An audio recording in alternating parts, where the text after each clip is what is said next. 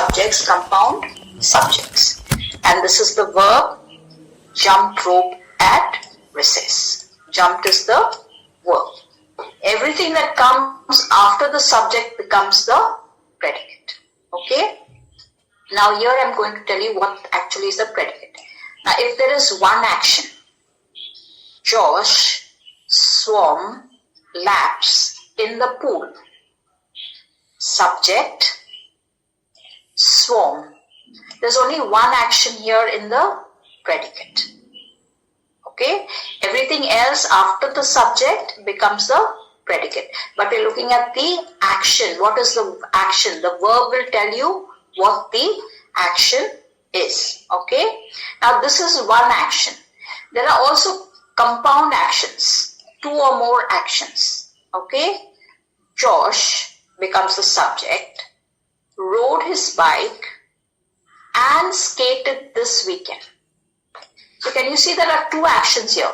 He's riding his bike as well as skating on the weekend.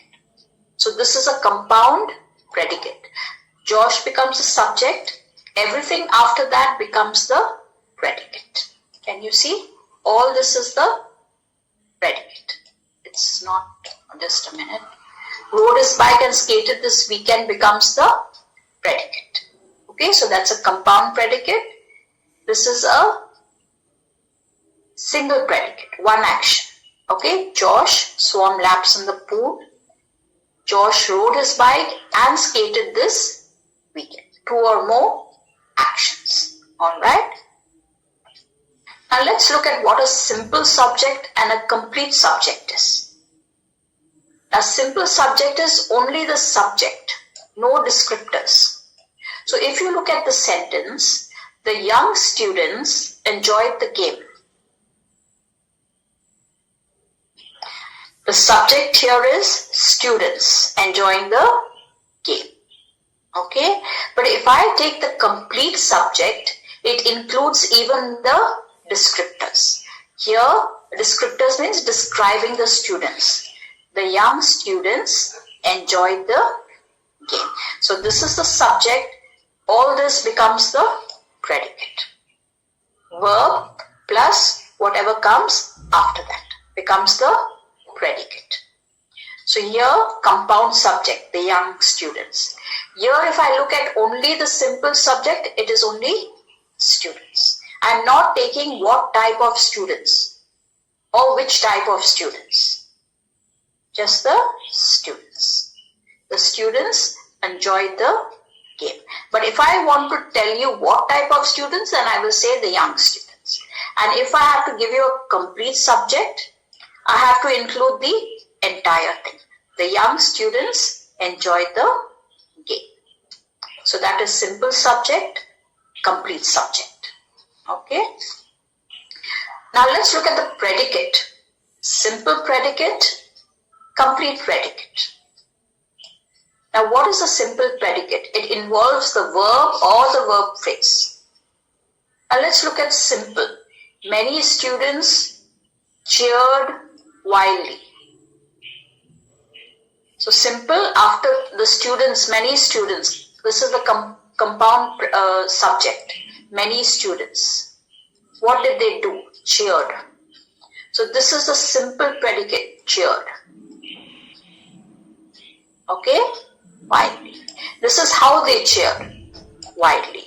If I take out this adverb, I can still make a sentence. Many students cheered. But how did they cheer? Wildly. Okay, simple predicate. Jane will finish the test after school. Will finish means she is yet to finish. After the test, this test after school. Simple predicate. Will finish the test after school. Verb or verb phrase. Now what is a complete predicate? It includes the action word plus the descriptors. Many students, subject, plus the descriptor, cheered wildly. This is the complete predicate. So how did they cheer? Wildly. Jane will finish the test after school. So this is the complete predicate. Anything that's coming after, including the verb, becomes the complete predicate. Jane will finish the test after school. Jane is the subject. This is the verb, will finish what? The test when? After school. Even if you are saying Jane will finish the test, it makes complete sense. But you're adding some more information. You're saying when? After school. So simple predicate, complete predicate. Everything that comes after the subject, everything that comes after the subject becomes the predicate. Okay. Now let's look at simple sentence.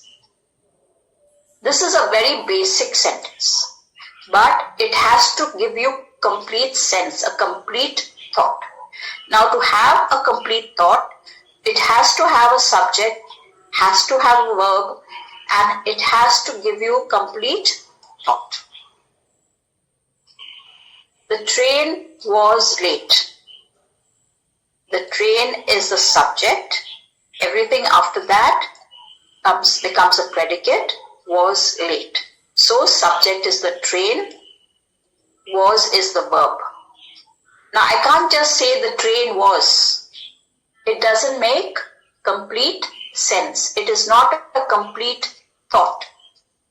So I'm adding the train was late. I have to say something after the verb to make it complete grammatically or give you a complete thought. Mary and Maggie, compound subjects. Mary and Maggie, predicate, took the bus. After the subject, everything becomes the predicate. Now if you divide it, Mary and Maggie becomes subject, compound subject. Took becomes the verb, and the bus becomes it is a noun. Okay. Now see, if you look at each, how it does its, work in the sentence. Mary, subject, and you're putting two together, and Maggie, one more subject, took verb, the article, bus, noun. So a complete thought. This is a simple sentence. Okay. Now we will look at compound sentences after I tell you what a clause is. Now we have understood what is a sentence. It has to have a subject as well as a verb and make complete sense, express a complete thought. But let's look at clauses. Now we have different type of clauses. We have independent clause, which is also called the main clause. It has to contain subject and predicate, and it has to stand alone, make a complete thought. Okay, like a simple sentence. Houston plays baseball. Houston subject, plays verb, plays what? Basketball. If I just say Houston plays, it doesn't make proper or complete sense. So when I say plays basketball, it stands alone. It makes complete sense. It has a subject as well as a predicate. Now this is the main. This is called the independent clause. Standing alone. Stands on its own, making complete sense. What is a subordinate? Subordinate or dependent clause contains a subject and predicate, but is not a complete thought. It doesn't make complete sense. It begins with a subordinating conjunction. If I just say because we won the game, it doesn't make complete sense. If you look at only this part of it, we won the game, makes complete sense. But if I'm saying because we won the game, you will be confused. You won't understand what you're trying to say. Okay, so this is dependent on the main clause. This subordinate clause or dependent clause depends on the main clause. Okay, now let me just show you how a main clause is. How it's dependent on. Now, first of all, let's look at compound sentences. A compound sentence contains two main clauses. Okay, joined by a comma and a coordinating conjunction or a semicolon. Now, I told you in the last class what a coordinating conjunction is. If you remember the word fanboys, okay, it coordinates two sentences or it links two sentences. They connect two simple sentences, but these don't show a clear relationship between the two parts. But you are linking two sentences or you're connecting two simple sentences. Now look at this, how you can break it up. Okay, I waited for the bus. Does this make complete sense? I, subject, waited, verb, for what? The bus. Makes complete sense, right? If I just use this as an independent sentence, a simple sentence. So this becomes the independent clause. If I use this, it was late. Here again, it's a simple sentence, makes complete sense. It gives a complete thought. It has a subject, was, verb, and late. So these two are independent clauses, making complete sense. Now what I'm doing in a compound sentence, I'm joining these two, connecting these two simple sentences with a coordinating conjunction, but. I waited for the bus, but it was late. Can you understand? I waited for the bus, but it was late. Now what am I referring to here? It. I'm referring to the bus. The bus came late. I waited, but it was late. So can you see two independent clauses making complete sense, a complete thought, joined by a coordinating conjunction. So compound sentences joined by coordinating conjunctions or a semicolon, depending on how you are writing the sentence. Now, coordinating conjunctions, how you can remember? Fanboys. For, and, no, but, yeah, or, yet, and so. So those are the coordinating conjunctions. Two simple sentences joined together by a coordinating conjunction. Let's look at a complex sentence. How do we get a complex sentence? Complex sentence contains a main clause. It has to contain a main clause. It can have one or more dependent clauses. Can have one or more subordinating clauses. Okay. Now, if a dependent clause, a subordinating clause comes before the independent clause, you have to add a comma after the dependent clause. If it's the main clause in the beginning, it comes first in the sentence, you don't need a comma. Okay, between the two. Now, let's differentiate what a complex sentence is. Now, these sentences, they show a more specific relationship between the parts of a sentence compared to a compound sentence. Okay, let's look at an example. With the independent clause first. We won the game. We worked together as a team. Two separate independent clauses joined together by a subordinating clause. Conjunction. Subordinating conjunction. This is a complex sentence. Okay. Now, like I said before, we won the game because we worked together as a team. you don't need to put a comma because the independent clause is coming here first and then the subordinate clause or then the dependent. See, if I just break it up and I take this because we work together as a team, it makes sense but not complete sense. This sentence is dependent on the main clause, on the independent clause. This is subordinate to the main clause, independent clause. So I'm joining these two. We won the game, one sentence. We work together as a team, two sentences. Joining with a subordinating conjunction. Okay, let's look at another. Now we'll look at the dependent clause.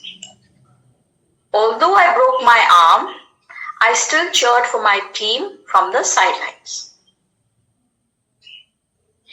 This now is the dependent clause. It is a subordinating clause because if you break it up, I broke my arm is one sentence, making complete thought.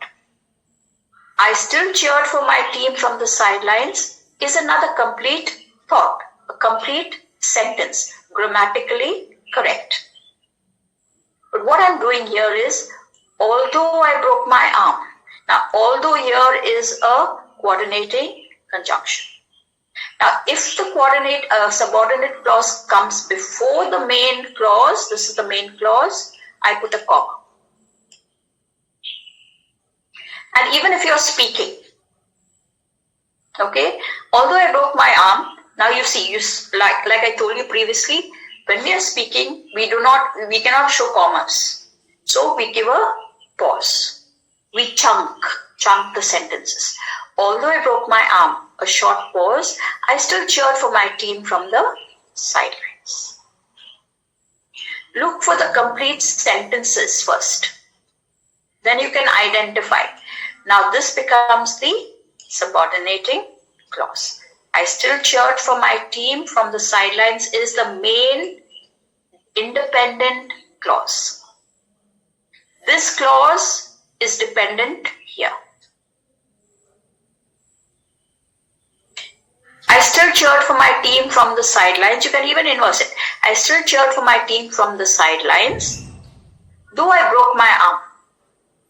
Though is another subordinating conjunction. Now here you're giving a contrast. Although I still cheered. My arm is broken, yet I cheered for my team. So can you make out now how you can find out which is the independent clause, which is the dependent clause? Break it up. If you have a long sentence, break it up.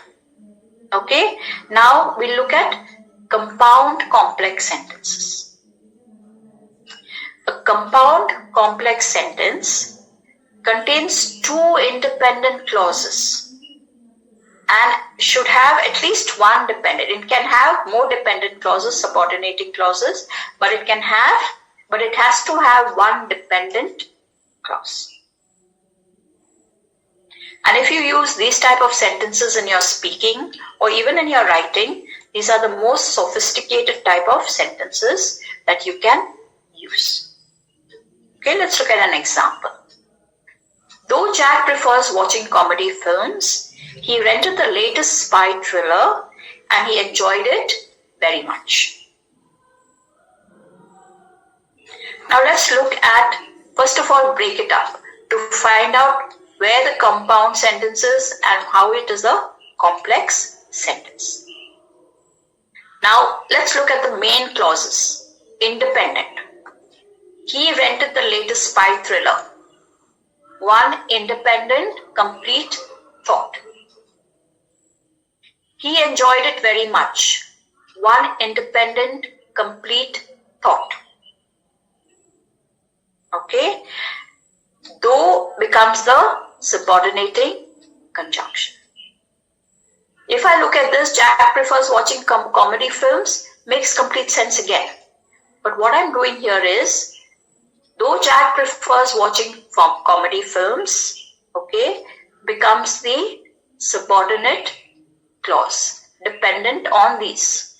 He rented the latest spy thriller and he enjoyed it very much. Now, can you see these are two separate sentences, like I said? He enjoyed it very much. Now, what am I doing here? This is a compound sentence joined by a coordinating conjunction and. Okay. Now, what I'm doing is I'm making it also a complex sentence. Though Jack prefers watching comedy films. Now, if a subordinating clause comes before the main independent clause, I put a comma. So, can you see how it becomes a compound and a complex sentence? Break it up. He rented the latest spy thriller. He enjoyed it very much. Join these two sentences joined by a coordinating conjunction becomes a compound sentence. If I'm using a subordinating, I'm using a subordinating conjunction here. Though, contrast. Though, although, even though. I can use these conjunctions. Even though Jack prefers watching comedy films, he rented the latest spy thriller and he enjoyed it very much. Though Jack prefers watching comedy films, he rented the latest spy thriller and he enjoyed it very much. So can you see how you can identify a compound and a complex sentence? Okay, now since we're talking about clauses, since we have done clauses now, compound complex sentence, complex sentences, independent clause, okay, it has to have at least one main clause, one or more dependent clauses. Okay, we won the game because we worked together as a team. You can even change it. You can put the subordinating clause before the main independent sentence. Because we work together as a team, we won the game. But if I put this first, if I put this here, then after this will come a comma, then we won the game, full stop.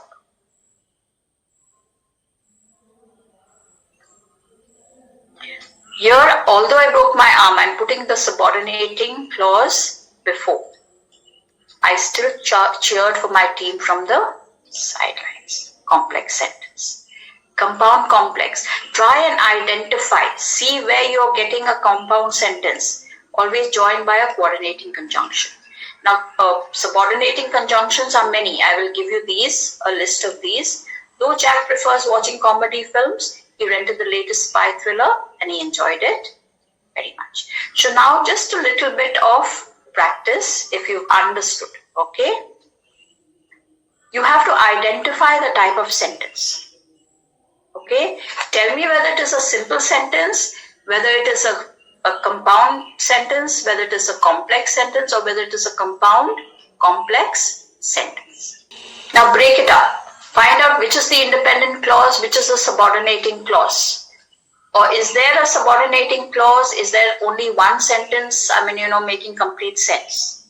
Okay, now I'll do the first one for you. Our coach will host a pizza party. Does this make complete sense? Yes, ma'am. Yes, good. Now, what I'm doing is here, I'm saying when we win our first game. When again is a subordinating conjunction. Can you see? Break it up. Our coach will host a pizza party. We win our first game. But we win our first game doesn't make complete sense. So when we win our first game. So this is the subordinating clause. Dependent on this,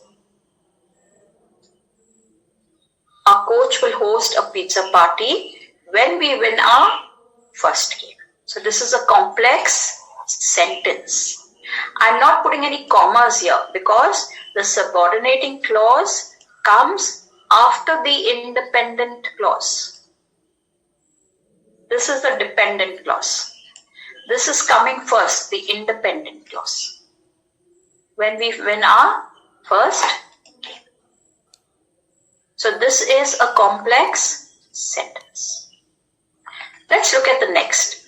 Olivia and Carolyn went to the movies. Very Simple good. sentence. Olivia and Carolyn, compound subjects, went verb, where? To the movies. Everything else becomes the predicate. Simple. James grilled burgers and Patrick made a salad. Compound sentence. Very good. James grilled burgers. Single thought. James subject, grilled is the verb, and what? Burgers. Patrick made a salad. Simple sentence. Joined, two sentences joined by a coordinating conjunction and. So this is a compound sentence. You should break up the sentences that it makes complete sense. Then you can make out independent clause, another independent clause, joined by a coordinating conjunction. And as I mentioned before, when you use coordinating conjunctions, before the coordinating conjunction, put a comma. When you're writing, but when you're speaking, give a little pause. James grilled burgers and Patrick made a salad. I think it is a complex sentence. Complex. Very good, yes. How did you find out? Because the first sentence is a subordinating clause. Since Yes. I made Yeah, so since the the subordinating coordinating, clause comes in the first sentence, we keep comma, and my parents let me have a friend spend the night. is a clause. It is the independent clause. Very good. So this makes complete sense. Okay, since I made the honor roll, and because the subordinating clause or the dependent clause comes before the main clause, I'm putting a comma. Very easy to identify if you look at the sentence carefully. Okay, now let's look at this one. Before Alice called me, she called her mom, and her mom asked her to babysit her brother. It's a compound complex sentence. Excellent, yes. Now, how did you identify? Before Alice called me becomes the subordinate clause with a comma here because it's coming in the beginning of the sentence. She called her mom. Simple sentence. Her mom asked her to babysit her brother. Another complete thought. Simple sentence. Okay. Now these two sentences become a compound sentence joined by a coordinating conjunction. So before Alice called me becomes the subordinate clause. So it becomes a compound complex sentence. Excellent, Riju. You understood completely. I hope the others have understood because only one person was answering. So is it clear up to here? Before Alice called me, she called. Break up the sentence. I know when you look at a big sentence like that, you feel a little confused. So break it up into chunks. Make the independent clauses, independent sentences, making complete thought. These two joined by coordinating. Before becomes a subordinating conjunction. Before Alice called. Now is it clear up to here on what a simple sentence is, what are complex sentences and what are compound complex sentences? Also simple sentences having a compound subjects, predicates complete after that. Clear till here? Any questions on this? Okay, I'll stop sharing this. Now, I just want to take you to, there is something which is called a relative clause. A relative clause. Okay, let me just put that up 1 minute. Can you see this?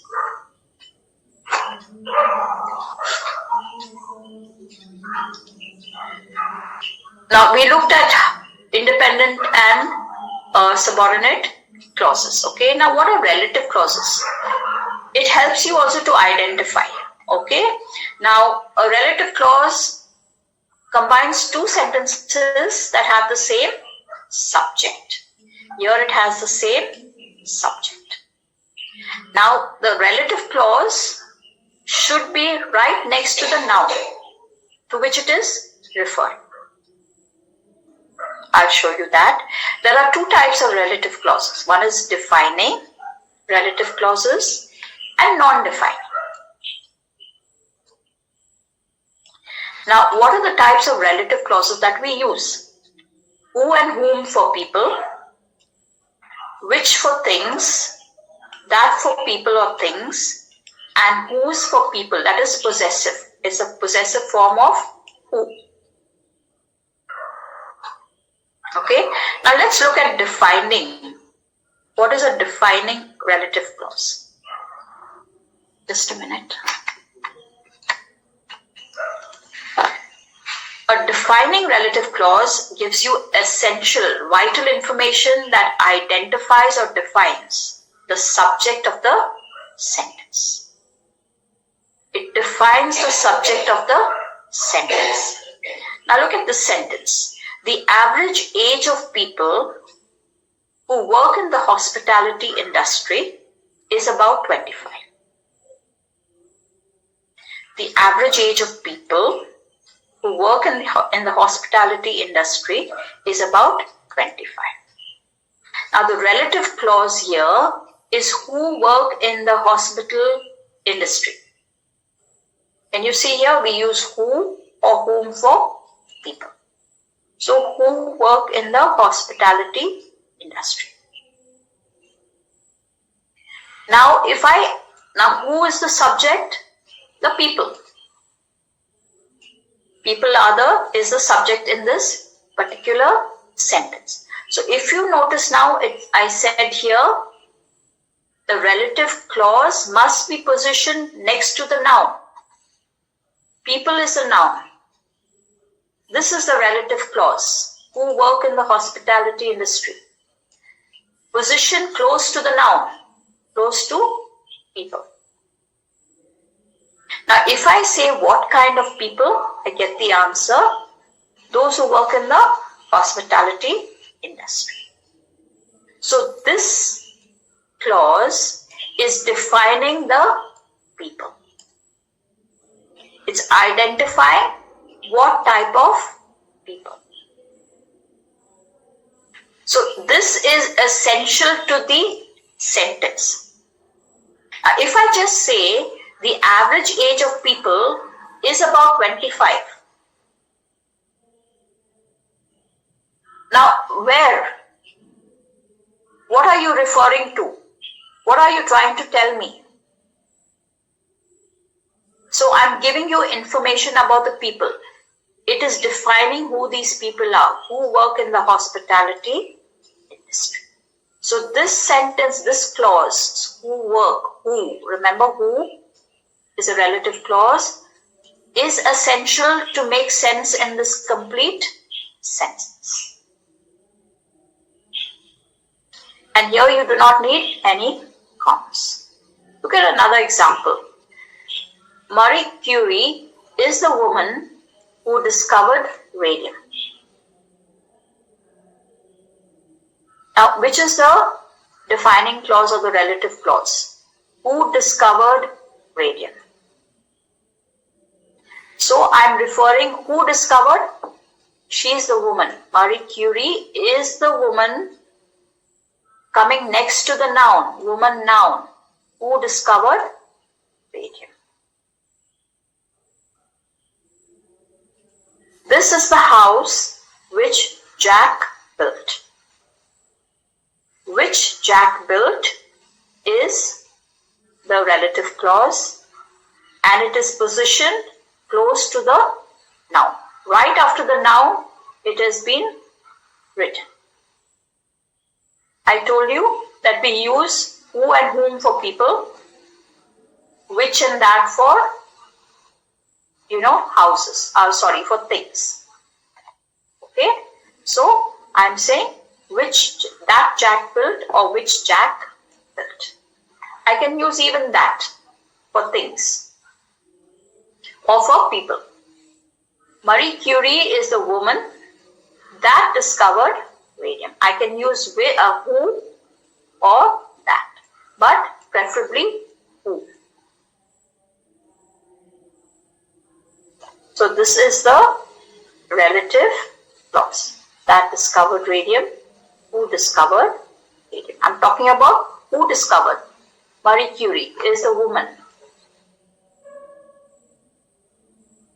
This is the house that Jack built. Now I'm talking about the house, position close to the noun, house, that Jack built. I can say even which Jack built. So this is, when I'm talking about these relative clauses, this is essential to make sense to identify what I'm talking about, defining what I'm talking about. So these are defining relative clauses. What are non-defining? These are relative clauses that give you extra information which is not essential to the structure of the sentence. Extra information which is not needed. Even without this extra information, you can make complete sense. The water which has already been boiled is added to the mixture. Now I'm saying the water which has already been boiled becomes a relative clause. Okay, but if I take out this relative clause, this is giving you extra information about the water. If I take this out and I say the water is added to the mixture, it's understood. This I'm giving you extra information. There, when I told you defining, if you do not say the information relating to what, then it doesn't make complete sense. It is essential or required to complete the meaning of the sentence. But here, it is not required. I can take this out. I can say the water is added to the mixture. This will still form a complete thought. Now here you have to add commas. The water which had already been boiled, comma, is added to the mixture. But when I am speaking, the water which had already been boiled is added to the mixture. Can you see the short pause I gave? Comma gives you a short pause when you're speaking, or a semicolon, or a colon. Okay? Now let's look at some more sentences. Lord Thompson, who is 76, has just retired. Non-defining. Now if I take out who is 76, still it makes complete sense. Lord Thomas has just retired.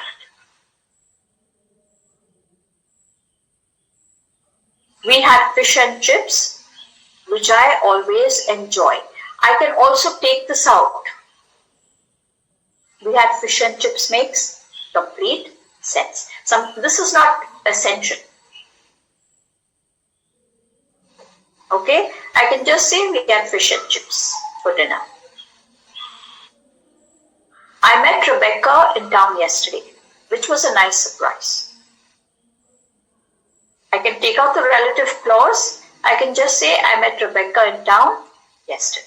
Makes complete sense. But I'm giving you more information. So it was a nice surprise because I met her yesterday. Can you see I put commas here?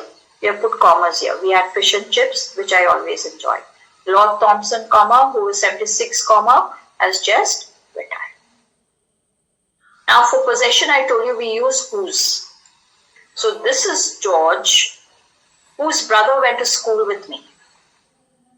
Can you see? Now I'm talking about George. Okay, this is George, and his brother went to school with me. Whose brother? Can you see? George's brother went to school with me. I don't repeat the subject again. I don't repeat. This is George. I don't say George's brother went to school with me. So I'm saying possessive. Whose brother went to school with? Now I can also say, this is George, whom you met at my house last year. This is George, whom you met at our house last year. Can you see whom? This is George's brother, with whom I went to school with, or with whom I went to school. You can also say, this is George, who you met at the house last year. I can also take out this relative clause. Extra information. This is George. This is George's brother. But you're giving more information. I went to school with him. You met at our house last year. Can you see? It can be taken out, still makes sense. Can be taken out, still makes sense. So, who, whom, whose, that, which. Now, we can also use when and where sometimes. Grandma remembers a time when radio shows were popular. This is talking about a time when radio shows were popular. I want to visit a city where my grandma was. So this describes a noun that refers to time, okay, or a place, where or when.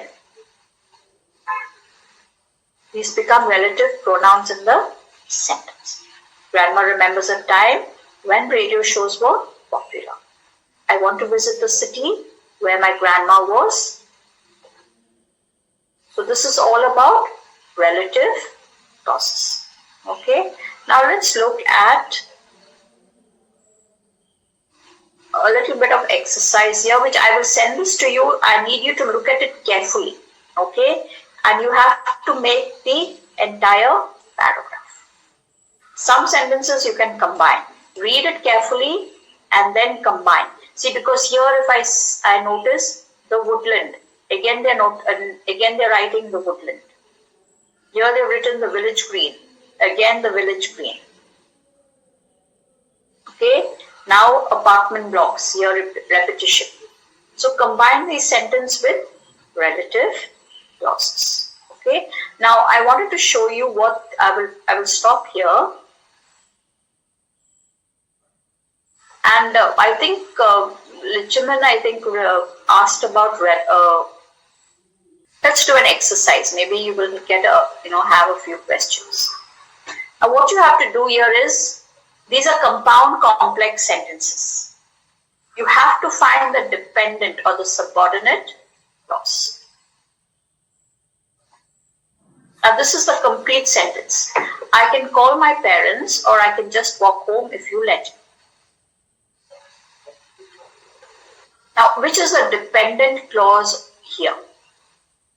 I can call my parents, or I can just walk home if you will let me. Which is the dependent clause?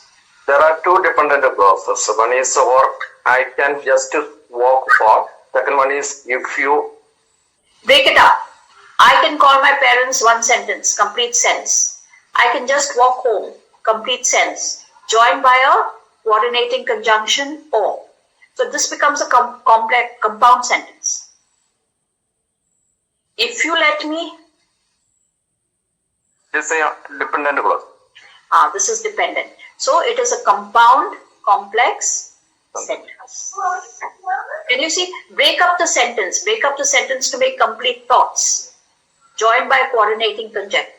If you let me becomes the subordinating clause, dependent on the main clause. Okay? Let's look at the next one. As soon as I received the invitation, I replied and I called my friend, which is a dependent clause. The first one, as soon as I reached. Yes, as soon as I received the invitation. Now, if you break it up, I replied is one complete thought. Subject, verb. Complete thought. I called my friend. Complete thought. I called verb whom? My friend. Okay, but I'm joining this. I replied and I called my friend by a coordinating conjunction. This becomes a compound sentence. But as soon as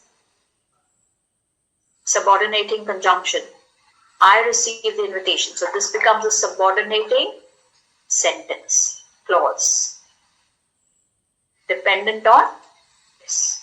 And because it's coming in the beginning of the sentence, I use a. Okay, Lijaman, can you tell me which is the answer? I will answer your questions is a independent clause, and there are two independent clauses. The second one is I will help you study. These are the two independent clause, and the dependent clause is because you are My best friend. you are my best friend. So this becomes the Compound. compound complex. It's a compound complex. Now why, how does it become compound? Can you see that these two independent clauses are joined by a coordinating conjunction and, okay, because you are my best friend. You can even put this, you can also put this before. Okay, because you are my best friend, I will answer your question and I will help you study. Can you see you can interchange it? You can put this first or you can put it in the end. But the fact remains that this is dependent on the main clause. Because you just can't say because you are my best friend. Okay, if you're talking about something, then you can say you are my best friend because you are my best friend. But if you're looking at this, I will answer your question and I will help you study because you are my best friend. So here the dependent is because you are my best friend. Even though my pet parakeet, what is a parakeet? It is a parrot, is quite loud and talkative. We still love him and he makes us laugh. Even though, I told you subordinating conjunction, even though my pet parakeet is quite loud and talkative, is the subordinating clause. We still love him and he makes us laugh is a compound sentence joined by coordinating conjunction. Why now? You might be confused because there are two commas here in the sentence. Subordinating conjunction will have a comma. Here, because the coordinating conjunction is joining two sentences, before the coordinating conjunction there will be a. I like listening to records and I like playing video games whenever my parents let me. I like listening to records and I like playing video games whenever my parents let me. Whenever my parents let me, Ma'am. Very good, yes. So, whenever my parents let me is the subordinating clause.